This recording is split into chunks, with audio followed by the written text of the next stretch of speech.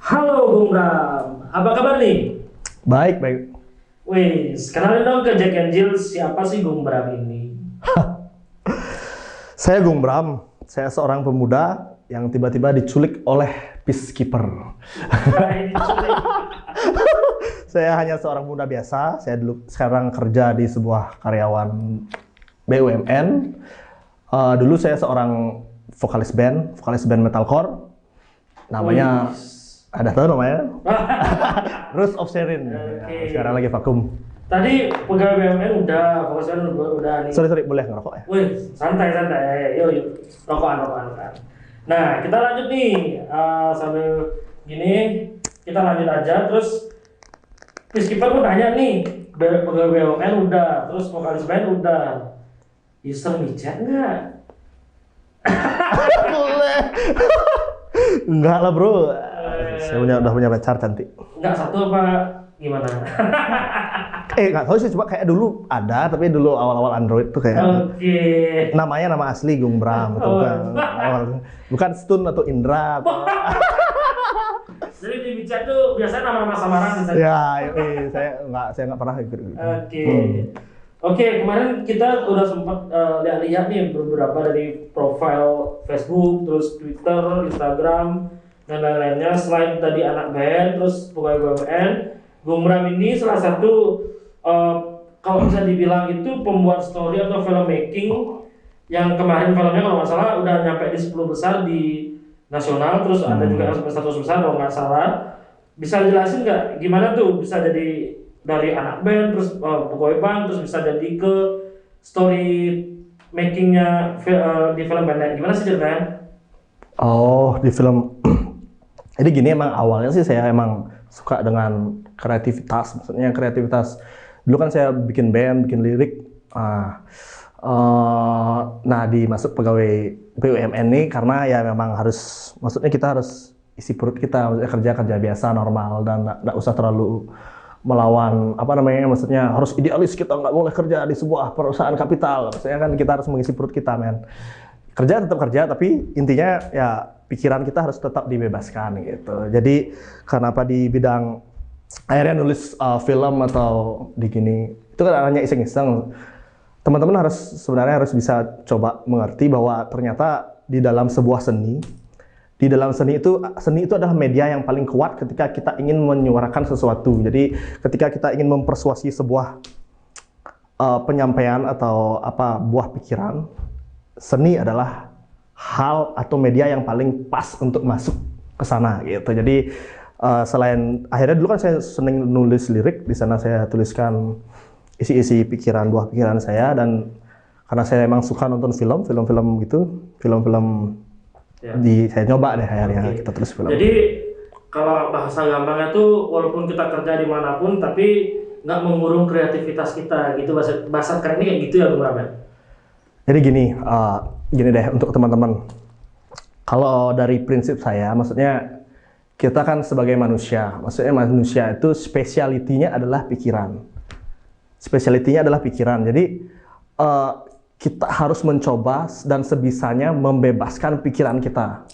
Ingat, pikiran kita nggak boleh ada seseorang atau hal apapun yang mengekang pikiran kita.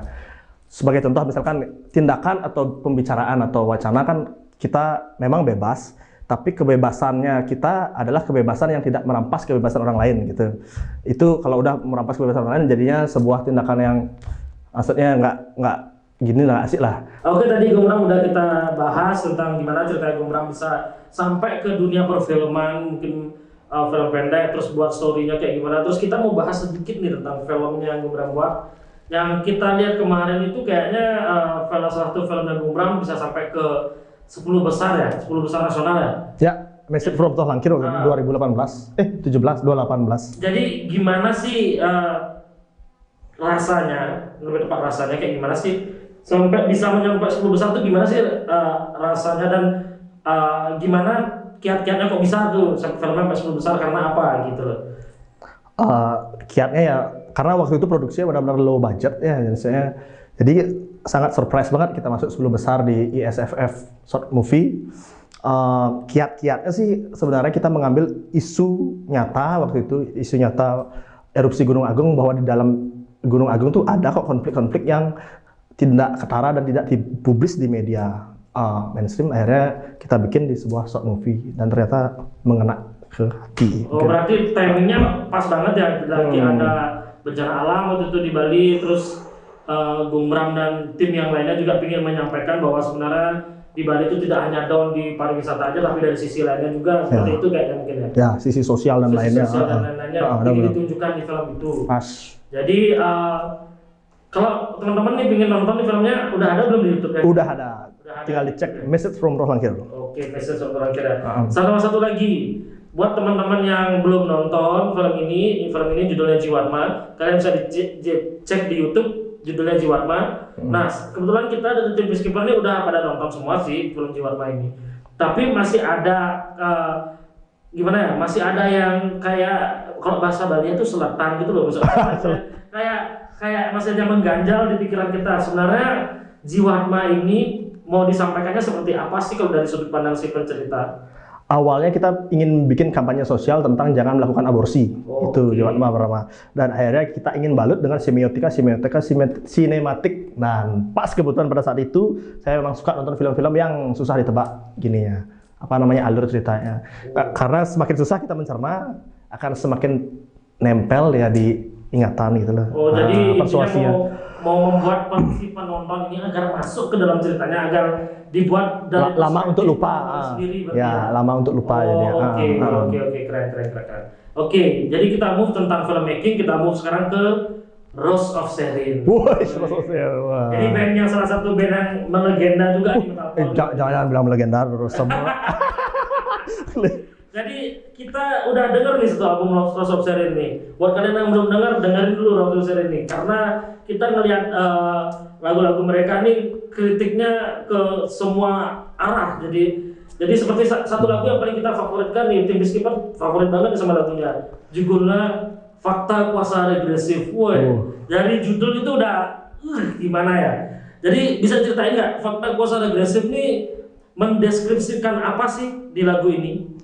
Itu kan saya buatnya sebelum 2012 sebenarnya, album saya keluar Agresi Karma di 2012. Nah, pada saat itu memang waktu itu saya bikin lirik karena ada rasa kritis untuk sebuah negara gitu. Sebuah negara dan pemerintahannya agak mundur kalau menurut saya lihat waktu itu. Jadi fakta kuasa kan pemerintahan, regresif adalah kemunduran gitu. Jadi di all deskripsi dari lirik itu ya menjabarkan tentang kemunduran sebuah kuasa di sebuah negara. Gitu. Oh, berarti yang kayak seperti Bung Bram bilang tadi ya. Jadi cara terbaik untuk menyampaikan sesuatu itu melalui seni, kayak gitu ya. Seni. Dari seni kita bisa. Mantap. Terus kita nih ada mengutip satu buah lagu, tapi kita lupa judulnya nih. Liriknya tuh seperti ini. Jika kaulah yang tersuci, akulah putra Lucifer yang akan binasakanmu. Wih. Ini liriknya gila nih, kita nggak pernah lihat lirik segini sebelumnya. Ini lagunya judulnya apa nih? Biar Jack Angels nih pada tahu di semua nih. Lagu ini judulnya apa? Paradigma Baptisasi. Nah, coba aku jelasin. Itu mendeskripsikan tentang apa sih lagu itu sampai putra Lucifer yang kami dasarmu? Kayaknya di lagu itu Bung sangat marah nih kayaknya nih. Ada apa dengan lagu itu nih? Karena saya cucunya Rothschild. Nah, bercanda. Ya, oke. Nah, gini, karena kebetulan pas di saat itu memang polisi moral tuh sangat mendominasi, entah itu memang karena dia mendominasi atau memang dia alat negara pada saat itu. Saya nggak tahu itu. Nah, di sana lah akhirnya saya bikin sebuah judul Paradigma Baptisasi untuk menyindir sebuah polisi moral di dalam sebuah negara. Itu yang saya sindirkan. Makanya saya ingin menyampaikan akulah putra Lucifer yang akan binasakanmu gitu. Maksudnya saya yang paling berdosa, manusia berdosa yang akan binasakan polisi sok suci itu. Maksudnya bukan polisi sih, maksudnya apa namanya? Pengawal Tuhan yang menganggap mereka pengawal Tuhan itu yang saya di sana yang saya kritik di sana maksudnya gitu. Okay. Akulah putra Lucifer yang akan binasakan. Jadi sejalan dengan kata-kata malaikat, setan berjubah malaikat seperti itu. Wah, seperti itu. Itu dah. Oke, jadi dari mana sih Bung Bram bisa gitu loh bikin lirik sekritis ini dan mikirnya sebegini banget liriknya. Dari awalnya Bung Bram kayak gimana sih bisa nulis liriknya sebegitunya gitu? Ya itu dah, maksudnya kita harus punya pemikiran tuh yang bebas, benar-benar bebas. Dan gimana cara kita bebas ya harus mencari referensi, banyak referensi, baca buku banyak, dan banyak dari sana akhirnya akan muncul dengan secara natural bahwa ini sebuah sebuah rima yang akan menjadi kekuatan gitu. Saya rima kekuatan yang akan apa nih maksudnya nih gitu, jadinya akan berbobot jadinya ini rima kita. Saya lihat juga lirik-liriknya nih, gila nih. Dari kritis dari sosial, terus dari pemerintah, semua Rose of Sharing ini memang liriknya memang kuat banget. Banyak kok band-band metal kayak gitu lebih. Jadi alirannya metalcore ya? Ya, metalcore. Jadi dari semua lirik ini kan saya lihat nih banyak mengomentari tentang pemerintahan dahulu karena agresi karma tadi tahun berapa tadi? 2012 kita. Kenapa agresi karma dipilih sebagai judul? Wah, agresi apa ya maksudnya? Karma tuh pernah nggak berpikir bahwa Tuhan tuh akhirnya jadi diktator? Maksudnya ketika Tuhan itu sebenarnya diktator ya, maksudnya ketika kita melakukan udah gini ini kan kita nggak bisa melakukan itu karena karma kita sudah seperti ini gitu. Jadi ketika karma itu mengagresi ya kita hanya secuil debu, maksudnya nggak bisa seberapapun ambisi kita, ya udah segitu aja gitu. Berarti gila nih pemikiran tentang Tuhannya mantap sekali nih. Tuhan. Jadi Jack Angel tadi kalau kalian belum tahu, Bung Bram ini adalah seorang vokalis band, salah satu band metalcore di Bali yang udah lumayan lama. Terus bandnya namanya Rose of Sharing. Kalau gimana sih bisa dengar lagu Rose of Sharing ini sementara ini? Gimana? Kebetulan kita dulu kan masih 2012 belum gini, waktu itu belum ada terlalu ngetren media-media mainstream. Streaming itu. Nah, sekarang kita rencana mau upload kita ke Spotify, kita coba ya. Di Spotify. Kita coba deh biar ada jejak digital. Nah, Bung Bram, kita masuk ke topik terakhir nih. Ini pembahasan tentang isu-isu nasional atau internasional yang sedang terjadi saat ini di dunia ini. Kita ambil isu terdekat dulu deh. Ini kita dari Peacekeeper sebenarnya dari kemarin ini kita tujuannya buat Meet the Civil ini. Kita pengen bahas isu-isu yang lagi viral-viralnya saat ini. Nah, isu yang pertama yang kita pengen bahas sama Bung Bram tuh pendapat Bung Bram tentang yang terdekat nih ya, yang terdekat dulu, jangan yang jauh-jauh nanti dulu. Yang terdekat tentang PKM yang sedang berjalan di Denpasar ini. Gimana pendapat Bung Bram tentang PKM ini sebenarnya? Kalau jujur sih menurut saya agak rancu ya, maksudnya kita harus lihat dulu tujuannya apa sih bikin kayak gini gitu loh. Sedangkan sebelum adanya seperti ada PKM itu Bali itu padahal waktu itu udah mau Denpasar sendiri udah mulai ingin survive, itu udah mau survive dengan jualan apalah, maksudnya UKM kita bisa akhirnya jualan independen baru dengan produk baru, kita home to home kayak gitu loh, dengan walaupun dia akhirnya sudah dirumahkan. Nah sekarang dengan adanya PKM otomatis akan menghit sebuah mental yang teman-teman wirausaha kecil gini yang baru-baru akhirnya kita nyoba untuk survive, dihit lagi dengan PKM, harus tutup, harus banyak batasannya, pasti akan merasa down. Dan ketika down mentalnya ya itulah yang paling bahaya di dalam sebuah masyarakat. Maksudnya semangat udah agak redup ya. Sekarang kan lagi ramai dibicarain ini Bung Bram, PKM itu sebenarnya kalau menurut Bung Bram, kenapa pemerintah itu buat PKM? Kenapa nggak langsung ke PSBB? Kalau menurut Bung Bram apa sih? Nah itu saya sempat, karena saya penasaran, kayak saya tinggal di perbatasan antara Gianyar dan Pasar. Saya penasaran, saya cari akhirnya perwalinya waktu itu. Perwalinya apa sih maksudnya gininya di dalam perwali itu? Ternyata benar-benar percis mengacunya ke PSBB gitu loh. Jadi apa sih maksudnya nih, apa bakal mau dibikin, mungkin bisa dijawab untuk teman-teman dari pemerintahan. Karena itu maksudnya dasar hukumnya saya lihat benar-benar dasar hukumnya PSBB. Tapi kita tidak melakukan PSBB kan seperti itu. Nah itulah yang agak menjadi tanda tanya. Dan ini kan perwil bukan perkot. Perwil tidak ada pengesahan DPR kalau nggak salah ya maksudnya. Dan jadi otomatis nggak ada suara rakyat di sana. Nah itulah maksudnya kok tiba-tiba bikin seperti ini, sedangkan di Bali sendiri nggak ada. Itu sebuah pertanyaan sendiri bagi saya sendiri sih. Padahal sebenarnya kita udah mau reborn lagi ya Pak? Ya, maksudnya saya banyak punya teman pengusaha-pengusaha yang akhirnya kita buka lagi deh gini. Iya, benar. Dan ternyata lagi PKM lagi dia makin gini, waduh. Sebenarnya cukup gini aja himbauan, jangan pakai masker, udah itu yang agak diketatin udah beres.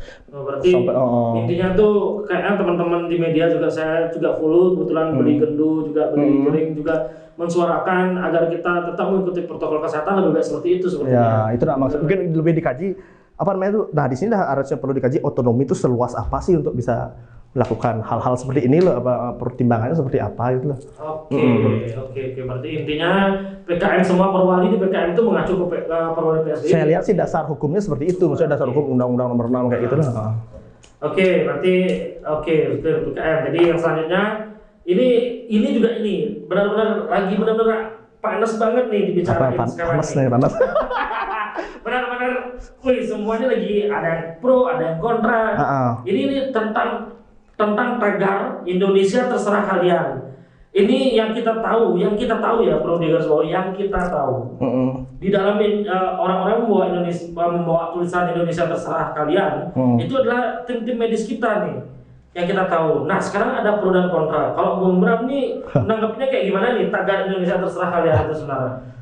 Saya tantang dah kalian, maksudnya bener nggak sih orang-orang yang bikin itu adalah tim medis? Dari mana kalian tahu?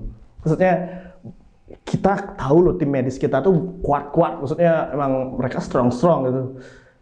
Nggak mungkin dia tiba-tiba, maksudnya kita capek untuk buat seperti itu, pasti ada koordinasi di sini gitu loh, maksudnya. Dan koordinasi ini pasti sebenarnya adalah agenda propaganda gitu, maksudnya jangan sampai gitu loh, maksudnya jangan sampai masyarakat dibuat versus sama tim medis. Wah itu bahaya tuh, maksudnya kita rangkul harus tim medis bahwa, dan saya sendiri nggak yakin bahwa itu adalah kelakuan dari tim medis. Saya nggak yakin, saya sangat nggak yakin bahwa tim medis merasa capek. No, mereka tuh kuat-kuat, maksudnya mereka nggak akan mengeluh, maksudnya itu sih kalau dari saya. Itu hanya sebuah propaganda untuk mengadu domba masyarakat versus tim medis. Jadi ini sama dengan mengadu domba masyarakat dengan TNI, dengan Polri, dengan orang-orang yang berkompeten di bidangnya, maksudnya dengan orang-orang yang paling garda terdepan ya. Artinya kayak tim medis ini kan sedang menjadi garda terdepan karena kita sedang melawan virus. Kalau perang kan TNI yang garda terdepan atau polisi kan. Seperti itu ya, artinya mereka tuh kayak menggiring opini media-media ini kita balik ke sana ya. Mungkin teman-teman nanti segera aja download video ini sebelum di sebenarnya tuh media tuh harus apa nih, Indonesia terserah kalian. Kenapa harus itu di-push gitu loh? Coba di fase-fase seperti ini nggak boleh, maksudnya parah teman. Oke, jadi begitu, siap. Oke, pertanyaan selanjutnya ini juga viral nih, sampai Presiden kita Pak Jokowi pun berstatement seperti ini. Nah ini statement dari WHO pun seperti ini yang kita baca ya, Jadi statement WHO itu bilang kayak gini, virus ini tidak akan hilang. Terus statement Pak Jokowi bilang juga, virus ini tidak akan hilang, kita hanya butuh a new normal. Jadi virus ini tidak akan hilang. Menurut Bung Bram tuh gimana tuh statement dari WHO ataupun Pak Jokowi itu gimana? Ya gini deh, kalau saya ngadaptasi dari beli drink ya, maksudnya kita bikin bahasanya adalah adaptasi gitu ya. Saya ngadopsi dari, jangan kalau new normal kan berarti kita dipaksa untuk dengan normal baru gitu loh. Kita bahasanya di sini enakan adaptasi, bahwa sekarang masih ada virus yang ternyata masih dianggap mematikan gitu loh. Saya benar nggak mematikan saya nggak tahu. Ya cukup dengan pakai masker aja dulu, dan kita buat serius kan mungkin 2 bulan gitu. Tapi aktivitas tetap biasa. Nah akhirnya kalau 2 bulan ada nggak pengaruhnya nih? Kalau nggak ada ya udah, maksudnya mau pakai masker mau nggak, akhirnya biasa-biasa saja. Maksudnya jangan sampai akhirnya kita harus kritis juga. Gini deh, saya tanya ke teman-teman, kamu pernah nggak ngelihat akhirnya orang COVID di samping kamu akhirnya mati gitu loh kan? Itu maksudnya pikiran kita harus dibebaskan dan dikritis gitu loh. Maksudnya kita kan ini virus yang bersarang di media, kalau menurut saya ya, maksudnya jangan sampai virus bersarang di media ini akhirnya ngerubah semua kenormalan yang udah ada. Padahal dari zaman-zaman dulu itu kita udah pernah menghadapi virus-virus apa misalkan cacar atau apa, kan ada flu burung. Dan di flu burung ini dah coba lihat di interviewnya si Deddy Corbuzier sama Menteri Kesehatan. Menteri Kesehatan bilang seperti ini, flu burung saya hentikan bukan dengan melakukan vaksin, saya menghentikannya melakukan politik dengan politik. Waktu itu Menteri Kesehatan berhasil memukul mundur WHO untuk tidak melakukan flu burung itu pandemi. Nah itu contohnya, dan akhirnya hilang otomatis kayak itu. Nah itu bisa kita jadikan pelajaran. Maksudnya. Ini beritanya agak blunder juga ya, jadi artinya kayak gitu. Saya juga sih, kita ngerasain semua orang, menurut saya ngerasain kayak gini. Apalagi kita yang tinggal di Bali kan.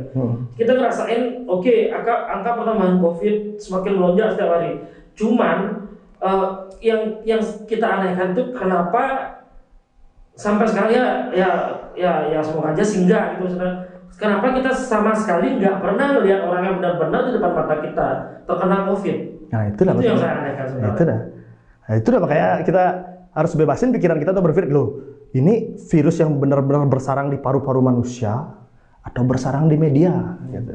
Itu yang harus gini, kalau memang bersarang di media ya harus mungkin lebih dikaji lebih dalam, apakah karena virus ini kita merubah kenormalan kita gitu loh, dengan Benar. ekonomi kita benar-benar terpuruk. Di sana pemerintah yang berperan karena beliau yang inilah eksekutif di sana bisa. Jadi dulu flu burung itu berhasil di hit mundur WHO dengan politik, berarti salah satu cara mungkin seperti itu, tapi kita nggak tahu juga ya di dalam pemerintahan itu Ya, apa kan. dulu coba dicek gini ya, Menteri Kesehatan 2005 sampai 2008 gitu dia berkata bahwa saya menghit flu burung itu dengan politik. Dia akhirnya ngelobi ke WHO dan akhirnya nggak jadi pandemi, nggak perlu vaksinan. Dan ternyata nggak ada, maksudnya nggak ada Tapi yang sama ya, gejala flu burung. itu terus apa lagi? dari sana dah harusnya pertanyaan-pertanyaan di pikiran teman-teman udah muncul, maksudnya lu kok bisa gini gitu.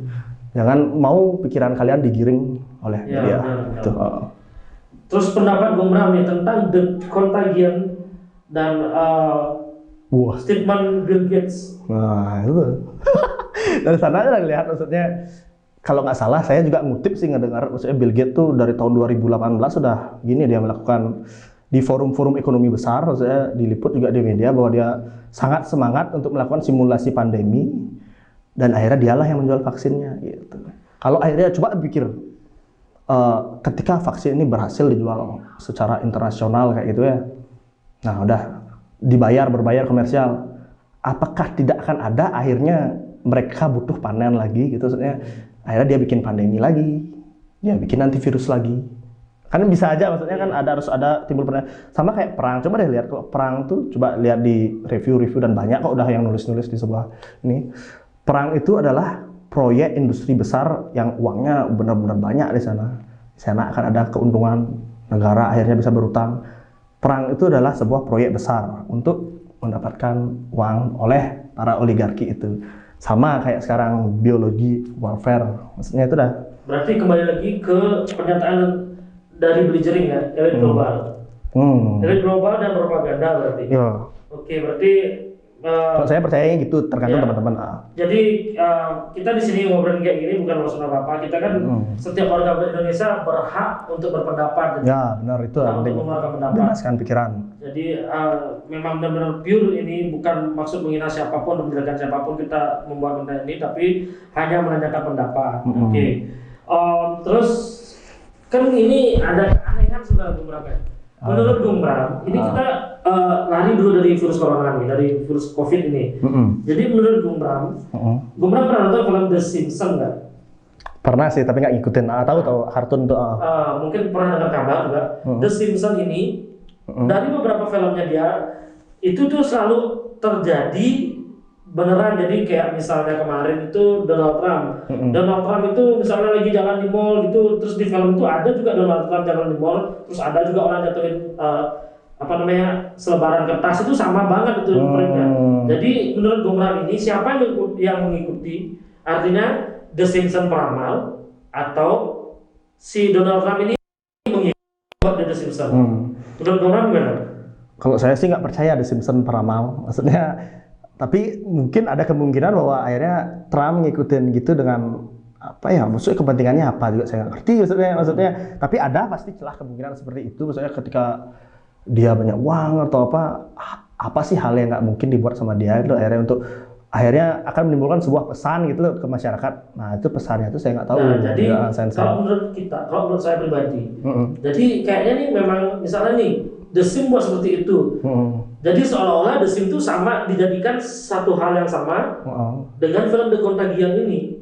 Contagion kan seperti itu juga, ceritanya sama dengan corona. Ya. Jadi dia seperti melakukan simulasi juga di sini. Terus The Contagion ini juga seperti itu. Jadi akhirnya kita berpikir seperti itu kan, karena memang ini sesuatu hal yang benar-benar di luar nalar manusia malah. Kok bisa sama film kartun padahal gitu loh. Jangankan film kalau The Contagion kan film adalah seni itu akhirnya saya bilang tadi bahwa persuasi untuk itu paling kuat banget menempel ke pikiran manusia. Nah selain The Contagion, coba deh cari di film di channel YouTube-nya siapa, FE101 kalau nggak salah saya lihat, bahwa di sana tertulis kok, di sana di Rockefeller Foundation di 2010 Di sana udah tertulis ada papernya, percis tentang apa yang terjadi saat ini. Nah, Ya, yang tentang bad cops and good cops itu ya. nah, pokoknya pandemi, habis itu poin-poinnya udah benar-benar terjadi lockdown dan Cina lah akhirnya yang apa namanya itu negara yang berhasil karena lockdown dia gini apa namanya berhasil sembuh. Amerika sebagai contoh dia tidak terlambat lockdown akhirnya dia jadi bad gini sampel maksudnya yang akhirnya mengarahkan semua ke lockdown itu. Untungnya negara kita udah maksudnya apa bahasa Bali celang nih lockdown ini bahaya nih maksudnya akan ada akhirnya makanya Jokowi nggak akan mengambil inisiatif lockdown itu gitu. Oke, Gomram, ini the last question. Gomram harus jawab dengan cepat ini. Satu pertanyaan ini harus Gomram jawab dengan cepat. Kayak apa nih? Ini pertanyaan Gomram jawab percaya atau tidak. Oke? Last question. Percaya atau nggak adanya virus corona? Percaya tapi tidak sebesar ini sebenarnya gitu. Percaya tidak sebesar ini berarti? Ya, saya nggak percaya virus itu akhirnya mematikan. Kan udah riset udah ada bahwa 0,3% mematikan. Oke, berarti Gomram percaya tapi seharusnya media ini tidak membesar-besarkan ya. Iya. Artinya, Saya beranggapan corona itu virus yang bersarang di media. iya benar. Virus yang bersarang di media itu benar. Jadi tadi kita udah bahas semua tentang isu-isu yang sedang panas-panasnya di Indonesia ini, kita udah bahas di sini. Dan ke apa namanya? Akhirnya tuh pokoknya kita tuh intinya nih harus yang penting kita ikuti protokol kesehatan, yang penting kita tetap cuci tangan. Itu tuh baik sebenarnya bukan hanya buat virus corona. Ya, itu dari zaman dulu udah Nusantara melakukan Jadi itu. dulu aja kita punya virus yang namanya influenza. Bahkan di influenza itu udah virus yang mematikan. Tapi kenapa tidak dihimbau waktu itu pakai masker? Ya. Kenapa hanya dulu pakai masker? Nah, itu mematikan juga. Oke, Jack Angels. Kita dari Peskipar mau ucapin terima kasih dulu nih buat Gomram. Sama. Udah datang ke media civil untuk ya sudah sharing lah. Nanti teman-teman juga yang lainnya yang ingin mampir ke studio kita, yang ingin berkeluh kesah atau ingin menyampaikan apa karena merasa rakyat biasa tidak didengar. Mungkin kita juga Peskipar belum besar banget YouTube-nya, tapi bisa kita share di sosial media. Kalian bisa DM kita di @Peskipar_channel dan subscribe channel YouTube kita Peskipar Channel. Oke, Gomram, thank you banget. Sama-sama. Thank you banget udah mampir. Lain kali kita ngobrol-ngobrol lagi. Siap. Thank you, Gomram. Yo, see you again.